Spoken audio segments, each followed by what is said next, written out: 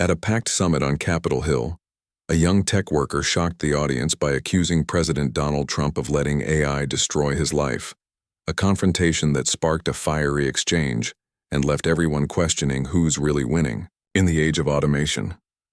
The event, known as the National Tech Innovation Forum, was meant to highlight Trump's vision for America's technological future. As Trump stepped onto the Capitol steps, greeted by flashing cameras and a sea of tech leaders, policymakers, and press, he raised his hand with a confident smile, preparing to speak. But before he could begin, a voice rang out from the crowd. "You let AI take my job, Mr. President." It came from Kael Drayton, a 27-year-old software developer from Seattle standing in a yellow shirt. He had lost his job 6 months ago when his company replaced his entire team with AI systems. Trump froze, stared directly at him, and snapped, "How did you come in here?" The crowd fell into stunned silence. Kael, who had entered with a tech association invite, hadn't come to applaud. He came to confront. "The president, I came in here to tell you the truth." Kael shot back, his voice steady despite the growing tension. "Your administration is letting big tech companies replace workers like me with AI, and you're doing nothing to stop it." Trump stepped closer to the edge of the steps, still pointing. "Excuse me, young man, but I don't think you understand what's going on here. AI is making America the leader of the future, not the past. It's tremendous. Absolutely tremendous." Kael shook his head, refusing to back down. "Tremendous for who?" "Not for me. I had a good job, Mr. President. I was supporting my family, paying my bills, building a future. Then my company brought in AI to do my work for half the cost. Now I'm out on the street and you're telling me that's progress?" The crowd murmured, some nodding in agreement with Kael, others waiting to see Trump's next move. Adjusting his tie, Trump's expression tightened, part annoyance, part determination. "Look, I know technology. I've been around the best people, the smartest people. And let me tell you, AI is creating jobs, not taking them.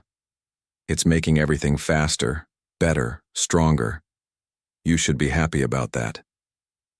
Kael crossed his arms, voice rising. "Happy? I'm not happy, sir. I'm broke.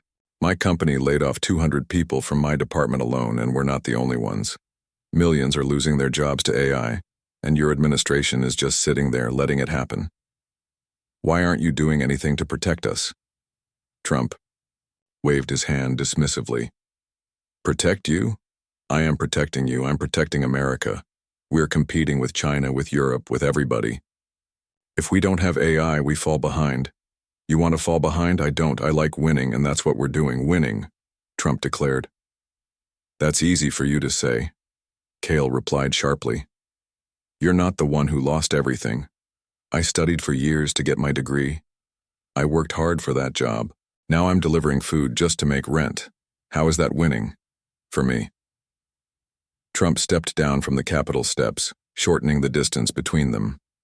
Security moved in, but he waved them off. "Let me tell you something," he said, firmly. "I've met thousands of workers and they love what I'm doing. They say, 'Mr. President, thank you for making America #1 in tech.'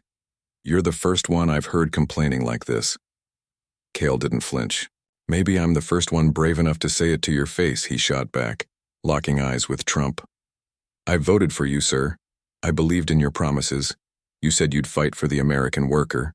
But right now it feels like you're fighting for the big tech companies instead." A soft gasp rippled through the crowd as the tension rose. Trump stared at Kael for a long beat, then pointed at him again. "You've got guts, I'll give you that. I like people with guts, but you're wrong. I'm fighting for everybody. AI is the future. You can't stop the future, you've got to embrace it." Kael stepped forward, his voice steady but intense. "Embrace it? How am I supposed to embrace something that's taking my livelihood away? I'm not against technology, Mr. President. I'm a tech worker. I love innovation, but when it comes at the cost of people's jobs, people's lives," Kael said, his voice trembling with frustration. "That's not progress, that's destruction."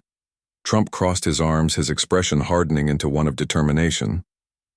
"Look, young man, I get it. Change is hard.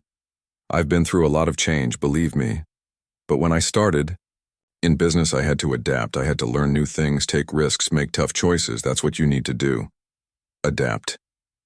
Kael's voice cracked as the pressure built. Adapt? How am I supposed to adapt when I can't even get another job? Every company I apply to is replacing workers with AI. My skills, my experience, they don't mean anything anymore. You're letting these companies automate everything, and you're not even trying to help the people getting left behind. Trump shook his head, his voice firm. That's not true. We're doing a lot, okay? A lot. We've got training, programs, the best programs, helping people learn new skills and get ready for the future. You just need to take advantage of that. Kael's voice dropped, but his words cut deeper. I tried, sir. I applied for one of those programs. They told me there's a 2-year waiting list. 2 years, I can't wait that long. I need to pay my bills now. My family needs me now. What am I supposed to do in the meantime? The crowd, once buzzing, had gone silent, every eye locked on the exchange. Trump studied Kael for a long moment, then gave a slow, thoughtful nod. I hear you, okay? I hear what you're saying, Trump replied, his voice more measured now. And let me tell you, I didn't know about the waiting list. That's not good. Not good at all. I'm going to look into it, I promise you. We're going to fix that. Kael nodded slowly, though his eyes still held doubt. I hope you mean that, sir, because people like me, we're counting on you. We're not asking for handouts, we just want a fair shot. Trump gave a small smile, pointing at Kael one last time. You've got my word, and I always keep my word. We're going to make this right. For you, and for everybody. But let me be clear. AI is here to stay. It's making America strong. Stronger than ever. You've just got to trust me on this. Kael sat down, his hands clenched, in his lap still processing everything. Trump turned back to the crowd, raising his hand. Now let's get to this summit, okay? We've got a lot to talk about. A lot of great things happening in tech.